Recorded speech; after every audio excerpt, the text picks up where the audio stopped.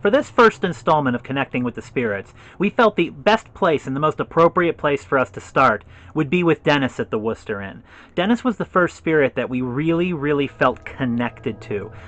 He's a very compelling story, and his relationship with the owner, Jim, is something that's very touching, and to be able to communicate with the spirit, get to know the spirit, feel the spirit's energy, and at the end of the day provide some closure for Jim, the owner, was one of the most meaningful experiences that we've had in our lives as investigators. So sit back, relax, and let us tell you the story of Dennis from the Worcester Inn. We've met a lot of spirits in our investigations, but there are some that have made an impression on us. Some spirits that stick with us and are always on our minds. To us, they are as real as any living person. These are their stories, told through our investigations, our evidence, our connecting with the spirits.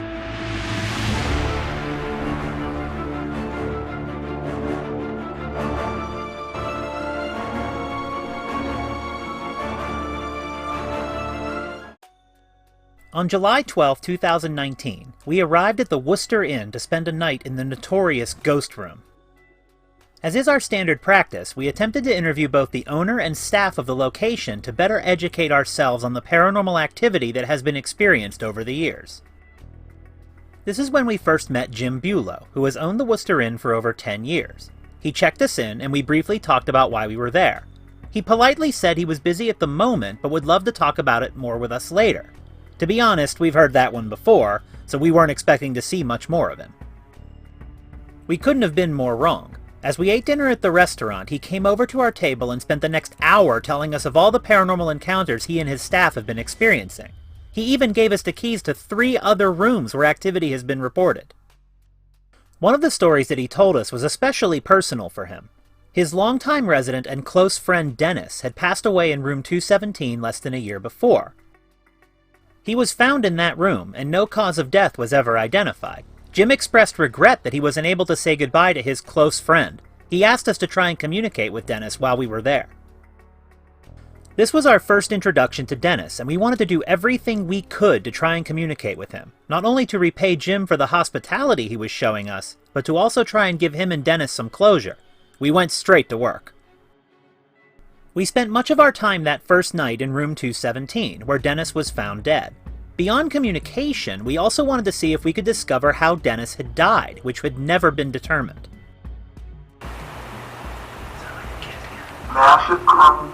Massive cardiac.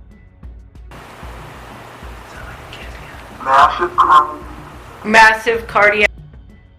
When we asked, "How did you die?" the voice came back with massive cardiac. Can we prove it's correct? No. Has the Phasmobox ever said those words anywhere else? Also no. It's a very compelling and relevant capture. Beyond that one relevant piece of audio, we didn't hear from Dennis anymore that night. However, this wouldn't be our last investigation at the Worcester Inn, and it certainly wouldn't be the last time we communicated with Dennis. On our return trip to the Worcester Inn in September 2019, we were more than ready to do everything we could to try to communicate further with Dennis.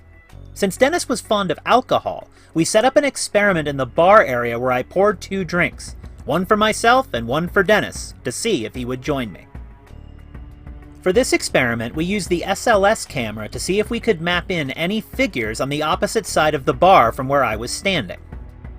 The structured light sensor camera uses Microsoft Kinect technology to map in figures. If it senses something with enough mass to be a figure, it will map it in as a stick figure on the screen. We also had a stationary full spectrum camera at the other end of the bar. Anybody here who wants to come and have a drink with me? I'm pouring.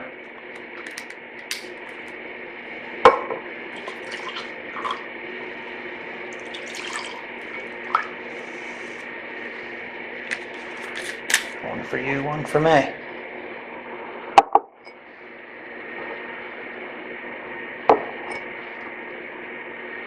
Does that smell? Does that bring back any memories? Me moving? Huh? I was marking me moving.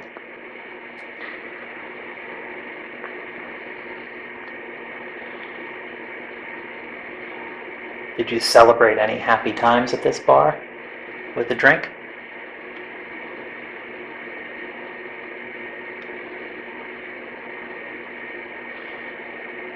Why don't you sit across from me? We can toast whatever you like.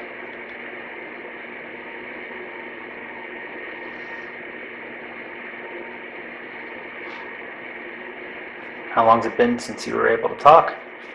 Where people will listen to you? Talk in that orange light. You can give us a message.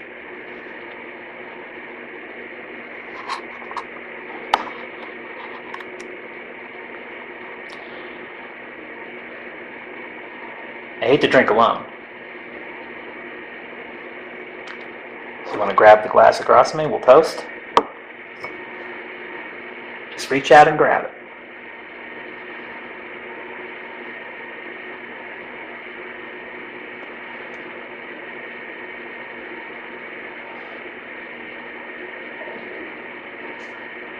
That was a sneeze from the back of the room. Not paranormal. You obviously wanted Jim to see you. So did you have a message? Something you wanted him to know?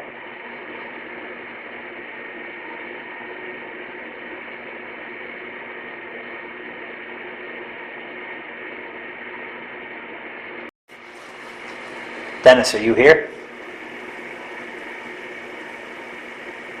Want to have a drink?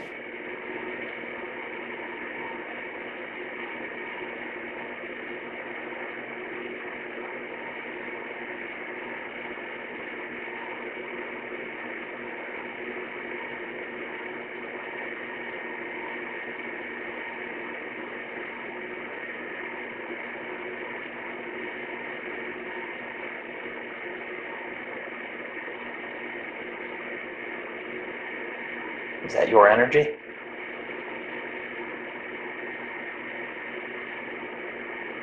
Got that hair standing up. Got that hair standing up, feeling.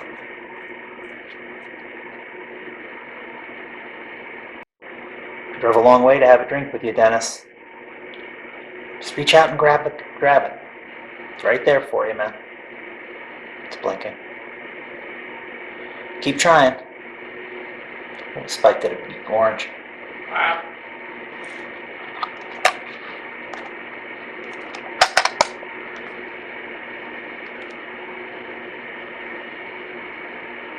Went down again. After the bar experiment, we headed back up to 217, where Dennis had passed away 10 months before. There, we attempted to talk to him again. Dennis, I know we talked to people tonight who know and remember you, and who wanted to share with you, and I wanted you to know that you are remembered, and we just didn't know if you had any messages that you wanted to give to them.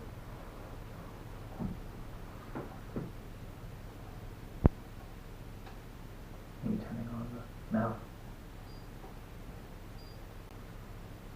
Everyone said it was like home here for you. What made Worcester Inn special to you?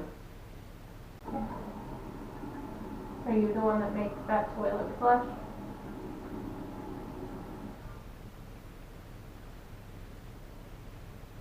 Flush it again right now if you are, please.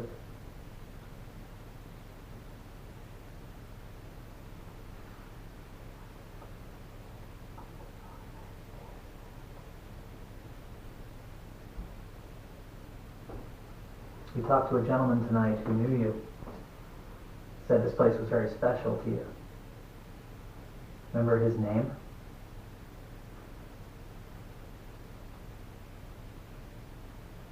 Do you have anything you want to say to him?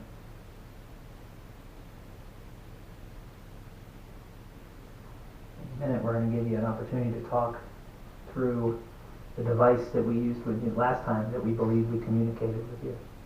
Is there anyone else here?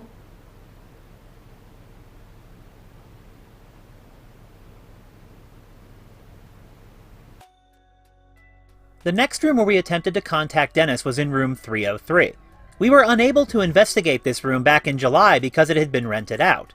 This was the room where Dennis lived during most of his residency at the Worcester Inn. Sorry, I asked too many questions. Glad you're clear. How many spirits are in here with us now? Who's making the light go off at the end of the bed? Is that you, Dennis?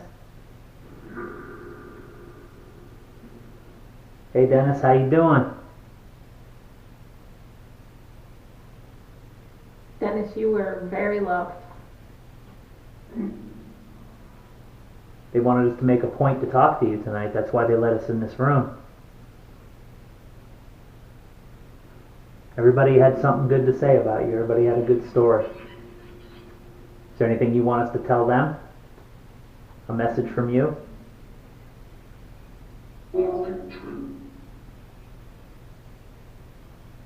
What was that?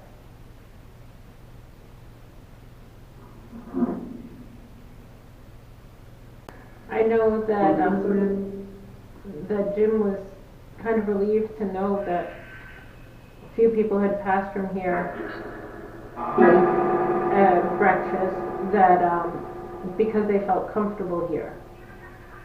And I think it's really important for him to know that it's like a home.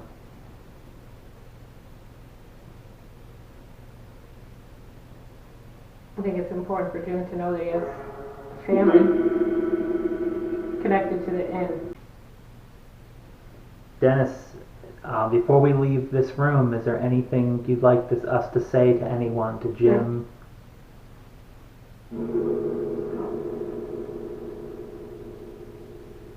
We just want you to know that they loved you. They cared deeply for you and still do. And if this is where you want to be, they're very happy that you ended up here. And they're very happy to share this place with you.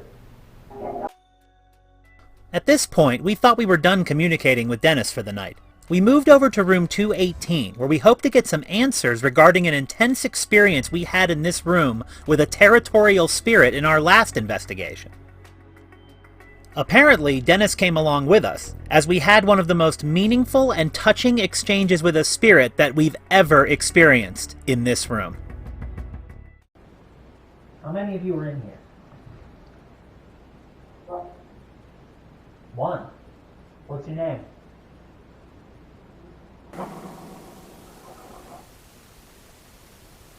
You're not Dennis, I don't think. I don't think you're Mrs. Wheaty. What is it? Dennis. And take over our duty. You're Dennis? Every story I've ever heard about Dennis talked about him as one of the nicest people who loved this place. And who loved Jim?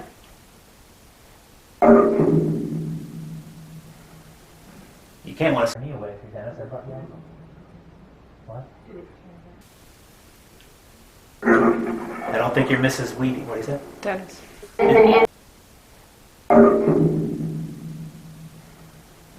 You can't want to... Playing the I Love Jim clip for Jim during the evidence reveal was one of the most gratifying experiences we've ever had as investigators. To help bring closure to Jim, and hopefully to Dennis as well, is one of the main reasons we do what we do. We're not the only ones who have been contacted by Dennis. At a recent ghost hunt event, Tina Breslow of the Ghost Legends Paranormal team held a seance at the inn. During this seance, Dennis came through to communicate with Jim. The exact details of that interaction are personal and private, but it is clear that Dennis hangs around not only because of his fondness for the inn, but also to be with Jim. It would seem that their bond is so strong that not even death can break it. Dennis is special to us for a lot of reasons. We felt his energy, the sadness and heaviness in the room he passed away in, but also the peaceful serenity of the room where he spent the happiest of his days at the inn. Since this last investigation, we've co-hosted a couple of ghost hunt events at the Worcester Inn.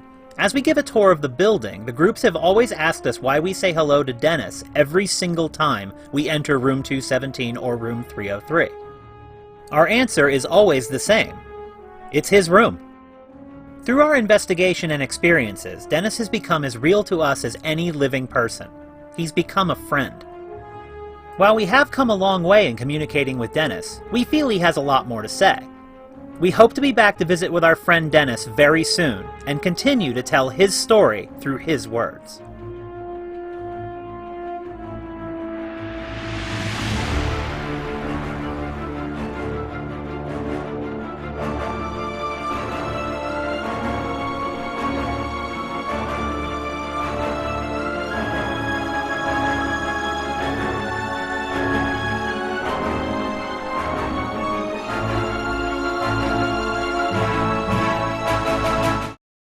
As always, thank you for watching. If you'd like to see more of our videos, please subscribe to our YouTube channel. You can also follow our day-to-day adventures by liking our Facebook page. For any more information about us, or to contact us directly, please visit our website, www.orangecountynYparanormal.com.